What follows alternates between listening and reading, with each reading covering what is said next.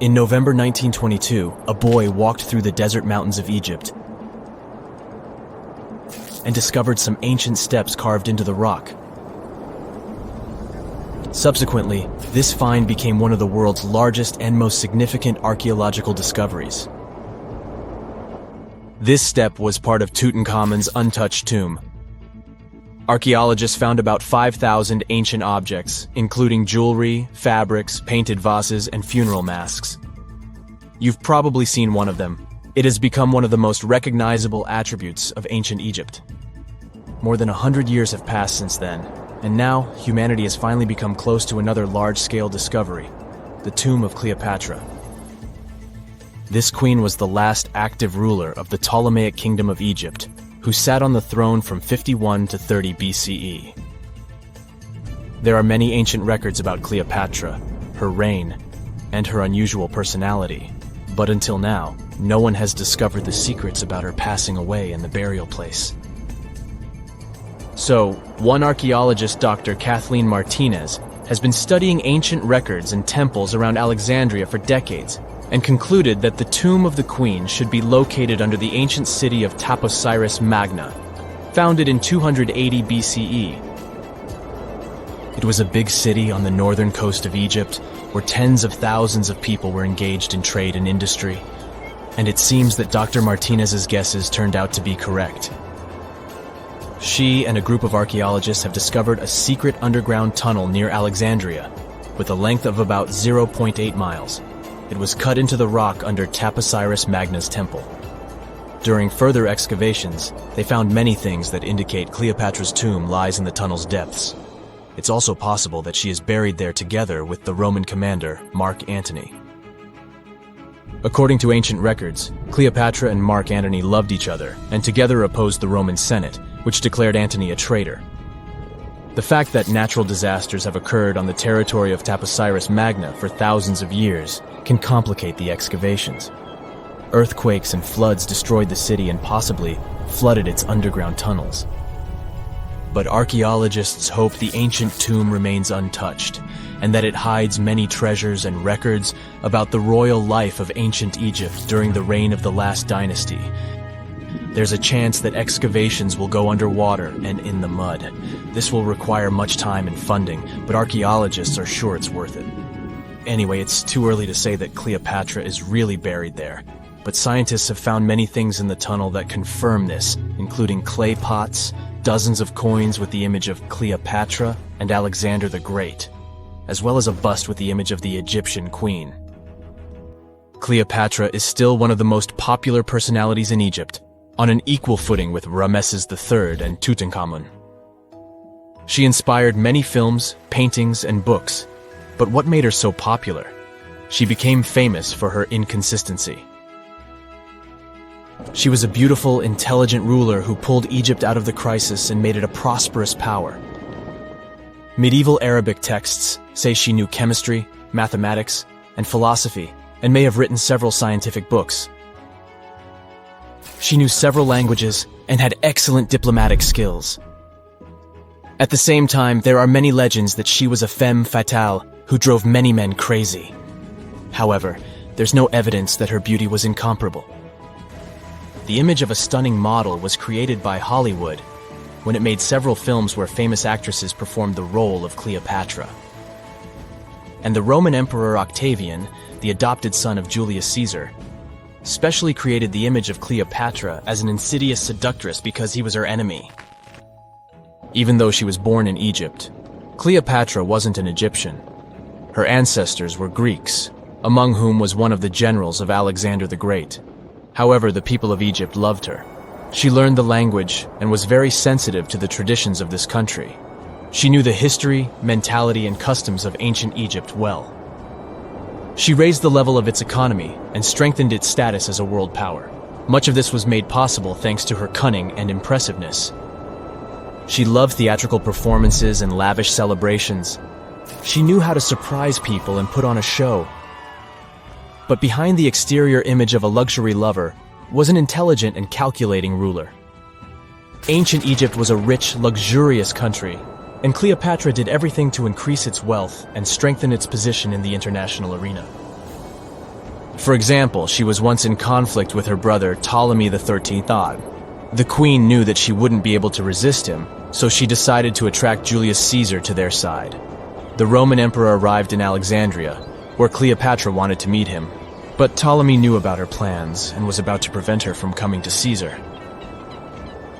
Then, instead of a rich and noisy arrival, Cleopatra decided to make her visit inconspicuous. She wrapped herself in a carpet or linen bag the emperor's servants carried into Caesar's private chambers. Cleopatra emerged from the carpet and impressed the Roman emperor with her beauty and determination.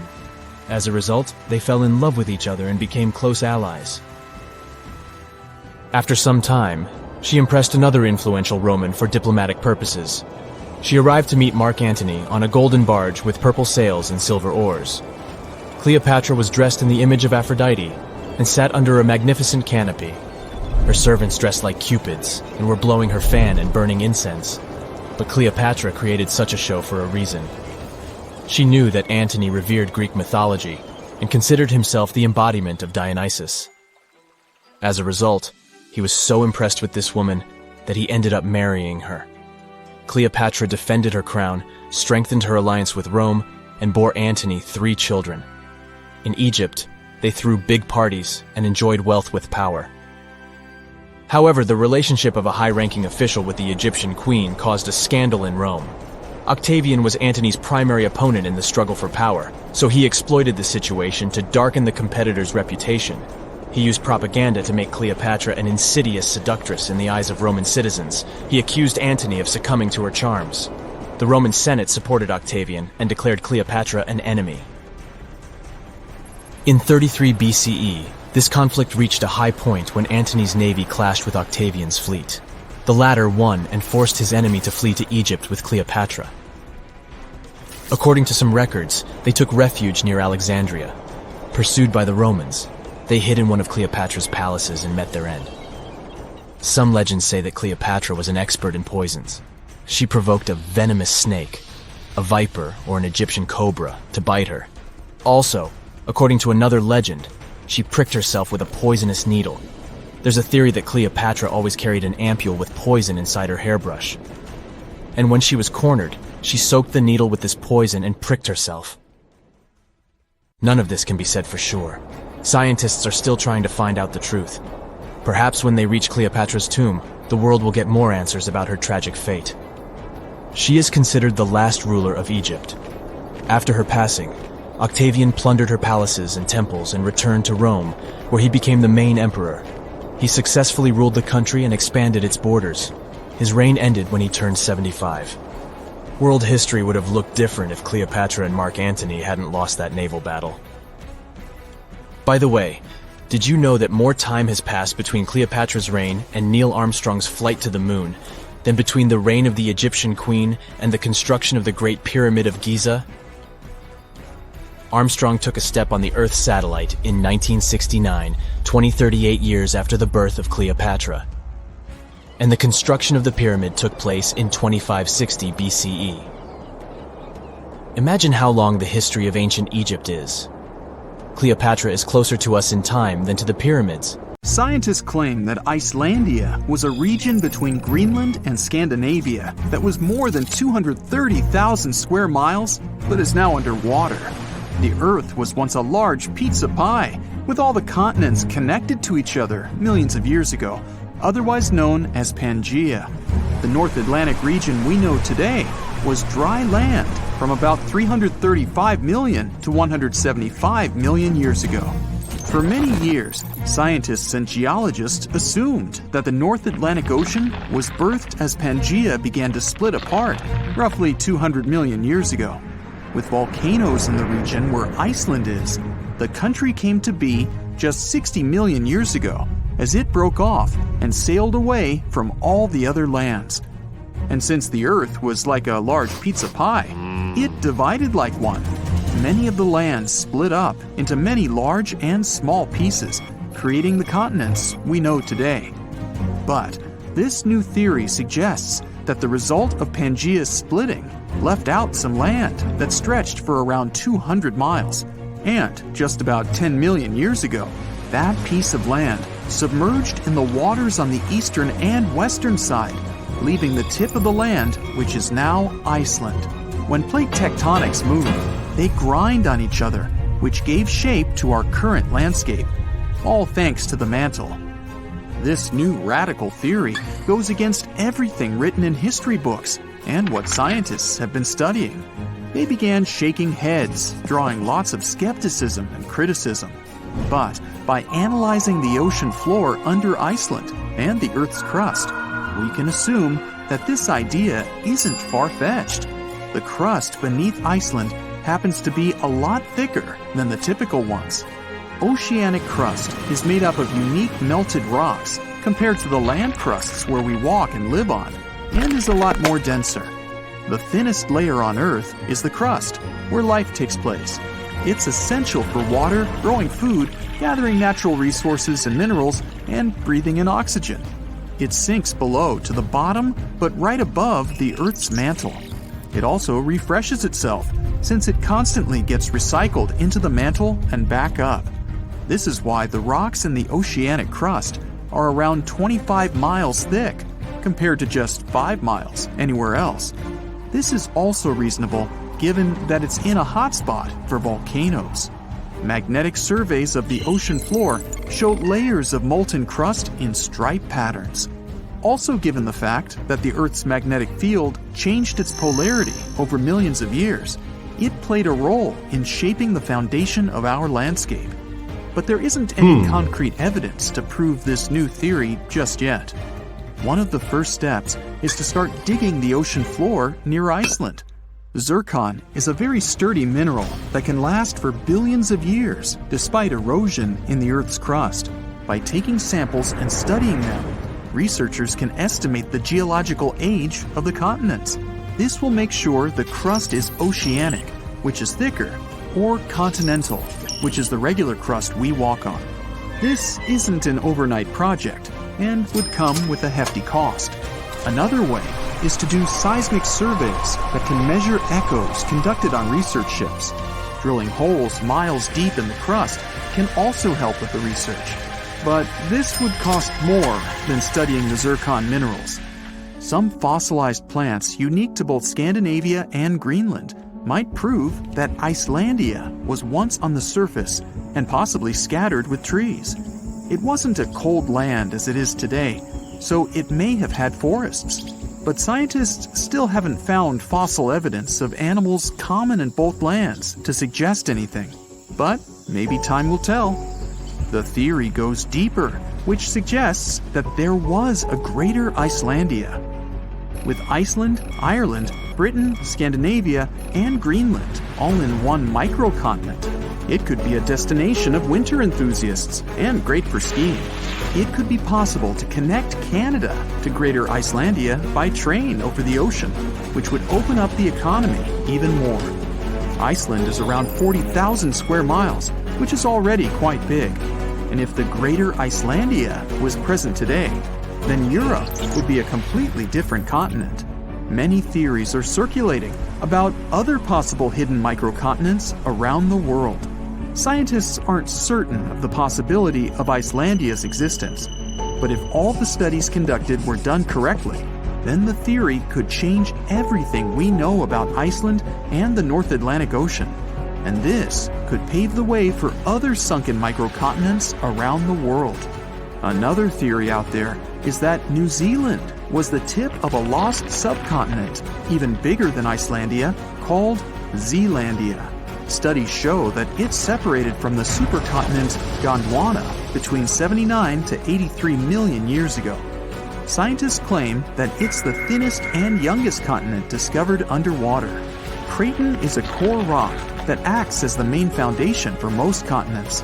It's at least 1 billion years old, but the continental crust that makes up Zealandia is just half of that, which makes it quite young. That means some Craton is missing, even though it holds some leftovers of older rocks and parts of the mantle. They're estimated to be as old as 2.7 billion years old. Scientists did some studies on the zircon crystals from New Zealand and found out that they're as old as 1.3 billion years old. The rest of the continents are more than 3 billion years old. Scientists studied the composition of the rocks in the bottom of the ocean around New Zealand. They're made up of silica and granite, which are found in continental crusts. The ocean floors mainly have magnesium and iron-rich rocks. They're also thicker and higher than regular ocean crusts around it. They conducted some studies and collected magnetic and topographic data to see the link between the Tasman and Coral Seas in the Cato Trough region. This is the narrow strip between Zealandia and Australia. Satellite data tracked tiny faults in the Earth's gravity to map out the crust of the ocean floor surrounding the area. They saw the mass that makes up Zealandia quite visible and almost the size of Australia. Even though the signs are there, this doesn't prove anything. It's possible that there are a bunch of microcontinents which all split apart when Australia broke free of Gondwana. Back then, the supercontinent was made up of South America, Antarctica, Australia, Zealandia, Arabia, and the Indian subcontinent. New Zealand is already not the biggest country out there, but if the theories are correct, then Zealandia will be 6 times its original size. Mauritius is a young island that's only a few million years old. Just 1,200 miles off the coast of Africa, it's believed that the tiny island came to life around 9 million years ago. The underwater volcanoes in the region spewed out so much lava that it formed the land today. But scientists found zircon rocks that are more than 3 billion years old. It may also be part of a continent submerged underwater called Mauritia, which is just a quarter of the size of Madagascar. The zircons they found were embedded in solid rocks and not just in the sand, which may rule out that they just washed up on shore from another continent. Some scientists are still not convinced. They suggest that discovering rocks that stand out from the other typical ones brought by an eruption could skew the scientific community to this theory. But just like how Icelandia could be part of Greater Icelandia, Mauritia was once called Rodinia, which consisted of India and Madagascar. Theories suggest that Mauritia was covered in water when India broke away from Madagascar, something like 85 million years ago. Your geography teacher must have told you there are 7 continents in the world.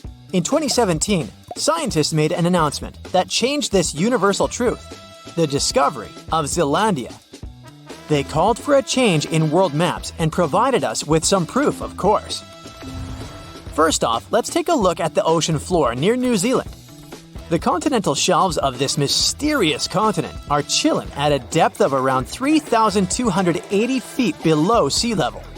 The nearby oceanic crust dives even deeper at 9,800 feet below that. All of that is giving us those continent vibes, with varying altitudes from deep below the ocean to the majestic Mount Cook, standing tall at 12,217 feet above sea level. Brave geologists have gone deep down to collect rocks from the ocean floor. They found that unlike the nearby oceanic crust, which is made up of fresh basaltic rocks, the crust around New Zealand is one impressive mix. We're talking granite, limestone, sandstone, and some ancient rock types that are incredibly ancient. All this screams continental crust. Finally, scientists have discovered a narrow strip of oceanic crust that separates Australia from the hidden land of Zealandia. It means these two are separate continents. 85 million years ago, Zealandia decided to break free from the supercontinent Gondwana. Millions of years later, the Earth's tectonic plates, those puzzle pieces that make up our planet's crust, started throwing a wild party. The mighty Pacific Plate, the heavyweight champion of tectonic plates, decided to take a dive beneath Zealandia's continental crust. This process is called subduction. As a result, the root of Zealandia, that connection to its continental crust, broke off and went into the depths below. So you see now that it takes millions of years and a lot of action for a new continent to form. But what if the impossible happened and a new continent formed overnight in the Pacific Ocean? The next morning, you'd probably spill your morning coffee while watching the news. For this newfound land to be considered a full-fledged continent, it needs to have a surface area like Zealandia and be a large, uninterrupted chunk of land with some water surrounding it. And here comes the twist. The Pacific Ocean has an average depth of 13,000 feet. So, if a continent wanted to join the party, it would have to push a whole lot of rock upward, shaping its way to the surface. A new continent emerging overnight would make sea levels skyrocket. We'd have to say goodbye to geographically low-lying countries like Bangladesh, Senegal, and the Netherlands. The ocean currents would be in for a wild ride, too. The North Pacific subtropical gyre, a vibrant hotspot for marine life, would be thrown off balance. Those poor marine creatures who rely on the currents for their journeys would need some new source of navigation. Plus, the creatures that live permanently in one place could lose their main food source. Oceans are like global free-for-alls, but with a new continent in play, the countries situated nearby would be willing to stake their claim on this unexpected landmass. This new continent would be a blank canvas. No lush landscapes or freshwater sources, just rock and more rock. So, if you are dreaming of relocating to this novelty, you have to wait for some serious terraforming to make it habitable. But for now, let's go back to the real new continent of Zealandia. It's actually a microcontinent, which is an official word for a landmass that has separated from a main continent. In our case, it was Antarctica and then Australia. You could say Zealandia is a bit shy, with only up to 7% of its size peaking above the water surface. But it's nearly 70% as large as Australia in total and proudly boasts of two major islands we know and love as New Zealand, the North Island and the South Island. Plus, there are many smaller islets. The largest islands have glaciers, like the famous Tasman Glacier on the South Island. Thanks to some glacial action in the past, Zealandia can show off its fjords and valleys. New Caledonia has a tropical vibe with its Oceania and South Pacific connections. The unofficial 8th continent is a hotspot for geological action. Part of it belongs to the Australian plate, while the rest rides the Pacific plate. It has 6 major areas with active volcanoes. And don't forget the geothermal treats. Geysers and hot springs are scattered all over the place, courtesy of the Australian and Pacific plates having a steamy interaction. The underwater world of Zealandia is a treasure chest of mineral deposits and natural gas fields. It's also a scientific playground. During those icy glacial periods, sea levels dropped and more of Zealandia emerged from the depths. The fossils this process left behind are like an encyclopedia of valuable clues about the life that thrived here during ancient times. The search for Zealandia lasted for 375 years. It all started in 1642, when Dutch seafarer and explorer Abel Tasman set on a mission from Jakarta, Indonesia. Back in the day, Europeans were sure that there had to be a massive land down under to balance out their own continent up north. They even had a fancy name for it, Terra Australis. Tasman was determined to become the first to find it. He went west, then south, then east, all the way to the South Island of New Zealand. But here's where things took a turn for the worst. The local Maori people, who had been living there for centuries, didn't exactly roll out the red carpet. They rammed one of Tasman's small boats, and sadly, 4 of the Europeans met their ends. What happened next remains a mystery. But a few weeks later, Tasman sailed back home without ever stepping foot on this mysterious land he believed to be the Great Southern Continent. He never came back. The explorer didn't even realize that he was actually right all along about the existence of a missing continent. And you already know it only became official in 2017. Another lost and found continent isn't hiding in the ocean, but under Europe. It's called the Greater Adria, and it collided with Europe and started to sink under it around 140 million years ago. Today, it lies beneath Italy, Greece, and the Baltics. Its size and even shape match that of Greenland, the world's largest island. Greater Adria is no longer visible, but it left some clues. Parts of it were embedded in the Alps. Other chunks were incorporated into present-day Italy and Croatia on the other side of the Adriatic Sea. Limestone rocks from the former continent started to change once they were under the European landmass. Tremendous heat and pressure spread over tens of millions of years changed their structure. Out goes the limestone, in comes the marble. All the Greek and Roman temples you admired on your summer vacation were constructed using this marble. It was sort of a going-away gift from a long-lost continent. You don't notice this, but our planet never stops moving, and it happens deep beneath our feet. 120 million years ago, Australia and Antarctica were a single piece of land. They went their separate ways, but Antarctica didn't leave empty-handed. Today, there is an oceanic plateau in the Indian Ocean. Long ago, it was connected to another lost continent, the Kerguelen microcontinent.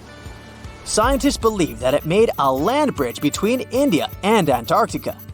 To find out what it was like, we can look at a tiny archipelago in the southern Indian Ocean. These islands are all that is left of the ancient landmass. They have a cold climate and feature glaciers because they're so close to Antarctica.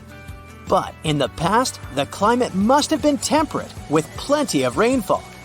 The animals and plants would have been similar to those that we find in tropical regions today. The lost continent landscape was probably much like that of New Zealand. Our planet keeps changing, and at some point, all the continents will reconnect with each other, forming one supercontinent again. And maybe then, future humans will wonder, what if our continent broke into pieces tomorrow? Let me take you to a place that seems to be out of this world. Life inside this cave has been isolated from the outside world for about 5.5 million years, and it does show. See for yourself. Due to such a long isolation, the conditions inside the Movil Cave are like nowhere else on our planet. A unique ecosystem is flourishing there, even though there is a severe lack of sunlight inside the cave, and the air is toxic. The cave, located a few miles west of the Black Sea in Romania, was first discovered in 1986. Nowadays, you can only visit it if you have special permission. Plus, the central caverns are guarded naturally by narrow limestone tunnels and vertical shafts. So, if you're no stranger to claustrophobia, you'd probably better not enter this place. In the depth of the cave, the air has twice less oxygen than the air outside. Instead, it contains a lot of carbon dioxide and hydrogen sulfide. So not the freshest air you can breathe. It's also pitch black inside the cavern. But despite, or should I say thanks to, this cocktail of extremely harsh conditions, the site is a true goldmine for biologists. Shockingly, life seems to be booming here.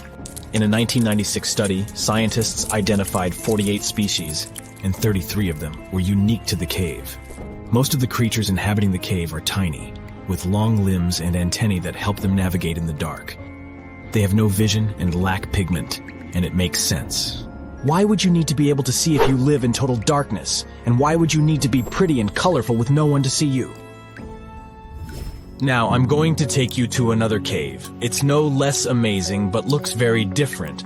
This is the Giant Crystal Cave, aka the Cave of the Crystals, in Mexico. These ginormous crystals were found in 2000 by a mining company after the water was pumped out of the cave. Two miners then saw the crystals after entering the drying cave on foot. These awe-inspiring crystals are actually massive gypsum pillars hidden 984 feet underground. They're anchored to the walls and the floor of the scorching hot cave. Scientists estimate that the crystals could have been already growing for 500,000 years. That's why many of them are so long and wide that you can walk across them. Unfortunately, visiting this wonder of nature is impossible at the moment. But maybe it's for the better, since the Giant Crystal Cave is a dangerous place that can easily turn into a trap. For tens of thousands of years, it was filled with groundwater, which was originally pushed upward into the opening by a magma chamber located in the depths of our planet. The magma under the cave kept the water hot, but eventually the temperature of the water dipped below 136 degrees Fahrenheit. As a result, the water started to fill with calcium and sulfate, whose particles began to recombine into gypsum. And then, white-tinted crystals took over the cave. And since they stayed underwater, they were able to keep growing. You don't have to fly to space to take a closer look at a black hole. Scientists have found something very similar to black holes in the southern Atlantic Ocean. A black hole has such an enormous gravitational pull that once something gets pulled inside, it doesn't have any chance to escape. Even light can't get out of a black hole, but ocean black holes seem to be almost as powerful as their space relatives. But instead of catching the light, they do the same with water. Ocean eddies are massive whirlpools that spin against the main current. They usually swirl billions of tons of water, and most of them are larger than a city. These whirlpools are so powerful that nothing trapped by them can escape. But the scariest thing is that you might not even notice heading into one of them. These things are so huge that you won't spot their boundaries until it's too late. When scientists started exploring ocean vortices with the help of satellites, they discovered the borders of several eddies.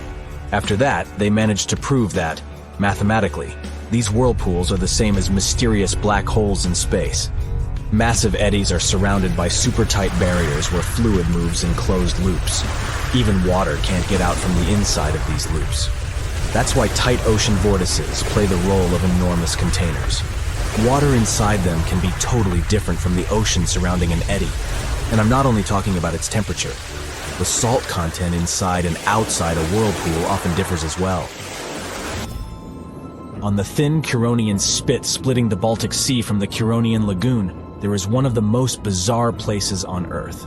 Locals call this area the Dancing Forest because pine trees in this forest have shockingly unusual shapes.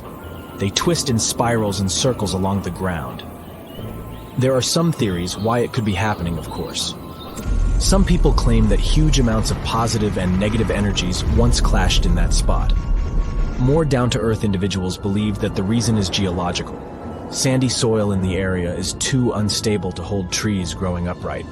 The most popular is the idea that strong winds blowing from the water influence the shape of the trees. In any case, experts haven't come to the final conclusion yet. Look at these underwater crop circles. For the first time, they were spotted in 1995, close to southern Japan's coast.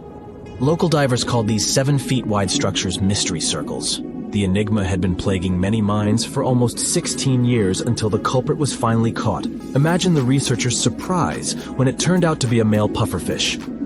The fish needs a bit more than a week to build one circle, and the aesthetics are obviously crucial. A male is swimming inside the circle, digging valleys in the sand with its fins. But that's not all. The fish also use shells and corals to decorate particular parts of their circles.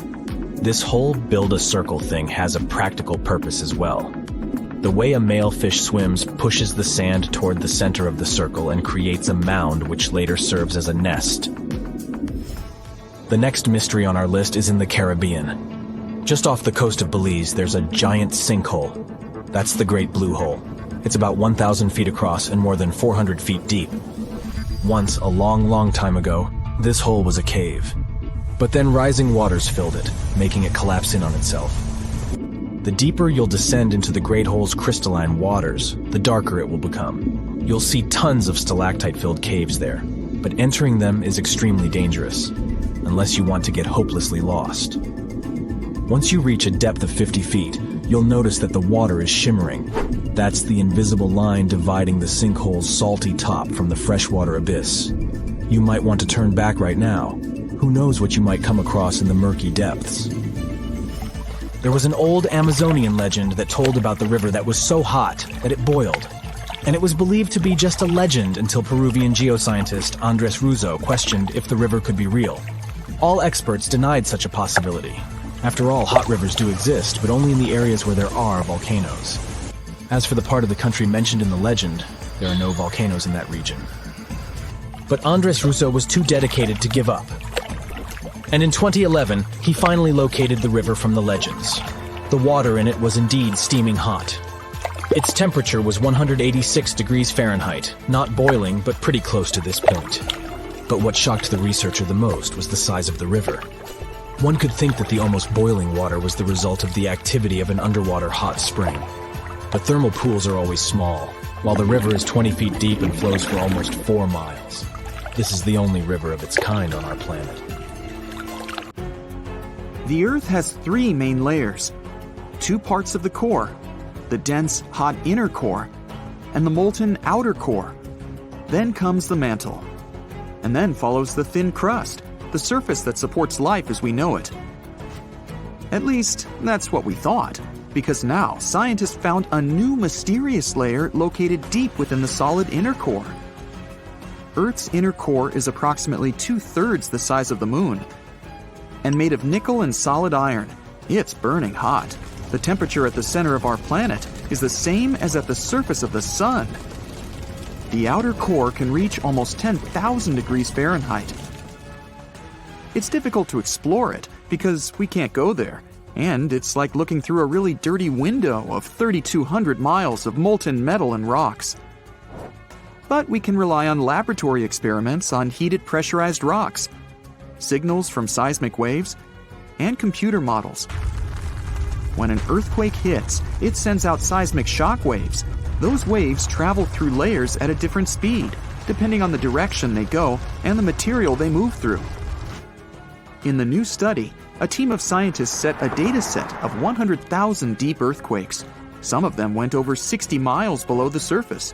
When an earthquake happens on one side of our planet, scientists track its waves all along to the other side. Waves change when they come to the other side, so scientists try to understand the materials these waves have passed through.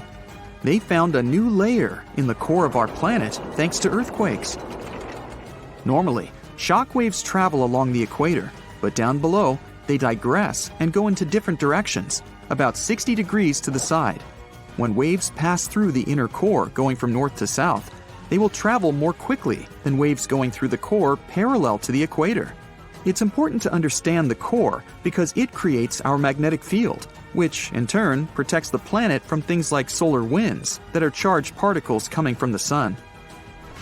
In the 1960s, we discovered the Earth pulsates every 26 seconds. It's like clockwork, a giant heartbeat. The ground is slightly shaking, but we mostly don't feel it. Researchers can still track it. Some of them think the continental shelf comes as a huge wave break under the oceans. For example, the highest part of the North American continent falls off into a deep abyssal plain. One theory says waves hit this spot, producing regular pulses. It's like having all kinds of drums. You hit them with your hands and accidentally slam that one spot that produces the right harmonic bang to rattle our entire planet. If this theory is true, we're lucky there are no more spots like this that can shake the Earth. Other scientists believe the pulsation happens because there's a volcano near the critical spot, the island of Sao Tome in the Bight of Boni. You're walking, running, and jumping, but when you stop, it always feels like you're standing still. In reality, you're moving even when you're perfectly still because our planet is always on the move. Depending on where you're at, you could be spinning through the universe at more than 1,000 miles per hour. If you're on the equator, you'll move the fastest. Let's say you have a basketball spinning on your finger. Check the ball's equator. A random point on it has farther to go in just one spin than any point near your finger. That means the point on the equator is moving more quickly. The Earth is a planet that recycles all the time. The ground we're walking on is recycled. Our planet's rock cycle turns rocks of one type into another. That's a cycle that goes on and on. The depths of our planet are filled with magma. As magma is going out onto the surface, it hardens into rock. Tectonic processes like volcanic activity, earthquakes, mountain building, and all of the other processes that shape the surface of our planet bring that rock to the Earth's surface. When the rock is on the surface, erosion shapes it and shaves its bits off.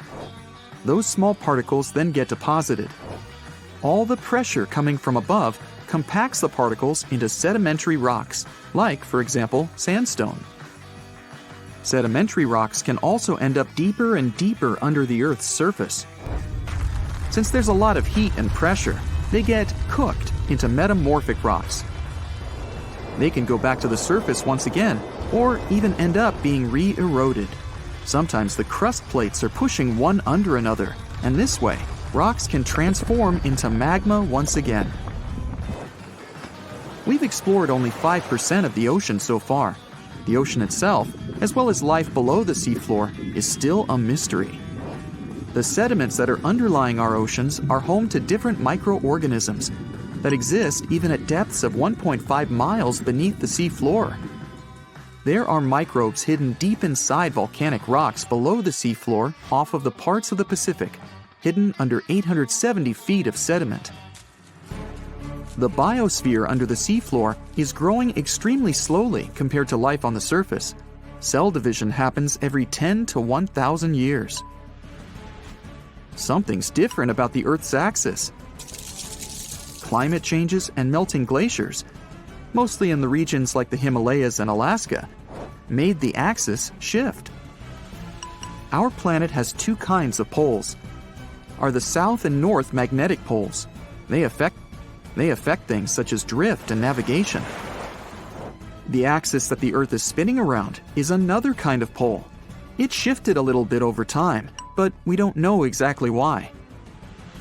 Researchers realize there are moving masses of water, pushing the Earth's axis eastward. Take a basin of water as an example. If you're moving it back and forth, sloshing makes the water move its weight all around. A similar thing is happening on a planetary level. No matter how large an earthquake is, no human could ever feel an earthquake on the opposite side of the Earth, although some people claim they did. In 2013, there was one near the Kuril Islands with a magnitude of 8.5. It went around 400 miles deep. It was so strong, people in Australia reported they could feel the ground shaking. The strongest earthquake happened in Chile in 1960 with a magnitude of 9.5. The rupture zone stretched from 311 miles to almost 620 miles along the country's coast. Earthquakes with a magnitude of 10 or higher can't happen. The magnitude depends on the length of the fault where it occurs. The longer the fault, the bigger the earthquake. A fault is a break in a part of the planet's crust. It has rocks on both sides, and they move past each other. We haven't found a fault long enough to generate earthquakes with a magnitude of 10 or more. If it happened, it would extend around most of our planet. An earthquake with a magnitude of 12 would require a fault larger than our planet. One side of our planet is getting colder than the other. The Earth has a system that keeps it warm from the inside, a red-hot liquid interior deep below the surface. It spins and, at the same time, generates a magnetic field and gravity. That way, the Earth's core holds the atmosphere closer to the planet's surface. The Earth also absorbs heat from the sun, mostly on the surface. The heat doesn't spread equally on all parts of the Earth. One side of the planet, the Pacific Hemisphere, is losing heat more quickly than another, the African Hemisphere. This happens because land traps more heat than the surface under the ocean. The seafloor is way thinner than the landmass. Also, the temperature caused by the heat coming from inside the Earth is getting lower because of huge amounts of cold water above it.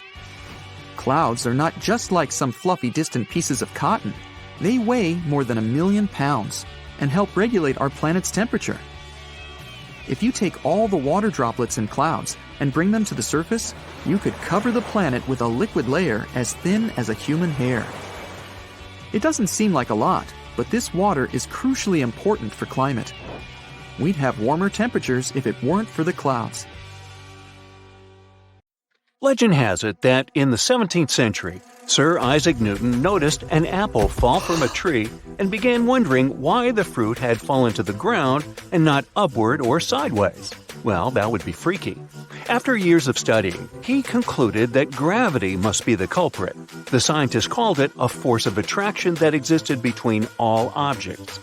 But it was Albert Einstein, many years later, that revolutionized these ideas about gravity. Legend also has it that he wasn't completely satisfied with Newton's findings. Something just didn't seem right. As a young scientist, Einstein had some trouble formulating his theories, trying to explain the behavior of moving objects. When an experiment came to his mind, he called it the happiest of thoughts. Gravity feels like the sensation of riding in an ascending elevator. He called it general relativity.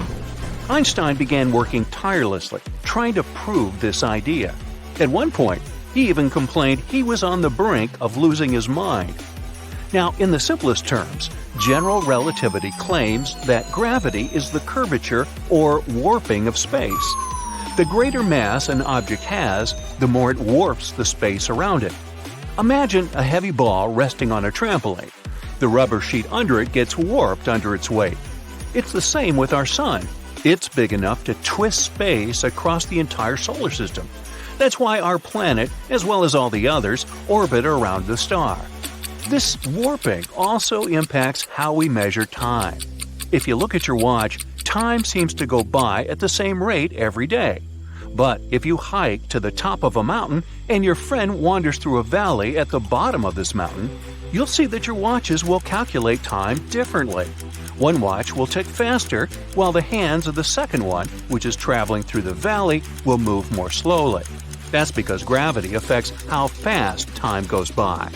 With these experiments in mind, Einstein concluded that gravity was not a force of attraction, but rather a curvature in the fabric of space-time. We feel gravity as a force simply because we're placed on some surface. If there was no surface and no attraction between us and this surface, we would become weightless. If you don't mind getting some weird looks, try this experiment. You'll need a bathroom scale and an elevator to ride. You'll soon see that your weight fluctuates as you move up and down in the building in the elevator. The gravitational force is the same, but your weight is different because the elevator speeds up and slows down. Aboard the International Space Station, astronauts literally move along with the station, so there's nothing to push them against the side of the station so that they have some weight. Even if we still think of gravity as a force, it's the weakest one we know. First of all, it only attracts. There's no negative counterpart that could push things away. And weirdly, even though this force is strong enough to keep galaxies together, we still overcome it every day. Every time you lift an object off the floor, you overcome the force of gravity produced by the entire Earth. Ooh!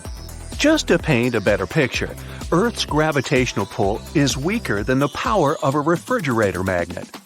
The fact that our planet has gravity also affects the way we look and act. All creatures on Earth are limited in growth by the height of their skeleton and by how much weight it can carry, which is directly proportional to gravity. That's why some marine creatures can grow bigger. The largest animal on our planet right now is the Antarctic blue whale. It's about the size of 2 school buses combined. That's because sea creatures can float, which slightly counteracts gravity. The effects of gravity can be seen in people, too. We are taller in the morning than we are in the evening.